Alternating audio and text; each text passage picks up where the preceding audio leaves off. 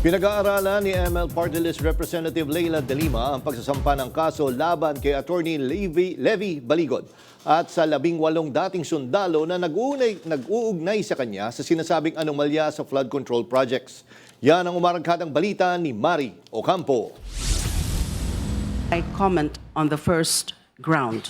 Planong kasuhan ni mamamayang Liberal Party List Representative Leila De Lima si Attorney Levi Baligod, pati na rin ang 18 dating sundalo na nagsasabing naghatid umano sila ng higit 800 bilyong piso sa ilang opisyal ng gobyerno mula sa sinasabing anomalya sa flood control projects. Nadawit ang pangalan ni De Lima sa affidavit, ngunit agad kumambyo si Baligod at inaming nagkamali ito sa pagkakadawit sa kongresista. Pero ayon kay De Lima, malinaw na imbento ang mga alegasyon. Binalaan niya rin si Baligod na hindi aniya maingat sa paggamit ng kanyang lisensya bilang abogado. Hindi na sila nagsawa. Dati na ako naging biktima ng mga ganyang mga kasinungalingan. Yung mga peking mga testimonya dun sa mga so-called witnesses nung ako ay pinakulong nila for alleged involvement in the illegal drug trading na isang imbentong mga kaso. Ngayon na naman, may mga imbento na naman ng mga akusasyon na pagtatanggap ng ganyan. Ilang House leaders at dating miyembro ng Makabayan Bloc naman ang nagsabing diversionary na lang ang naturang aligasyon, lalo na't kasabay nito ang confirmation hearing sa kaso ni dating Pangulong Rodrigo Duterte sa ICC at impeachment laban kay Vice President Sara Duterte.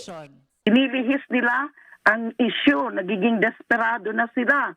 Kasi nakikita nila na the way things are developing in the ICC, sa tingin ko po, and I think this is shared also by many, na mukhang uusad po talaga yung kaso, makukonfirm po ang charges, kasi maganda yung pagkakalatag ng ICC prosecutor.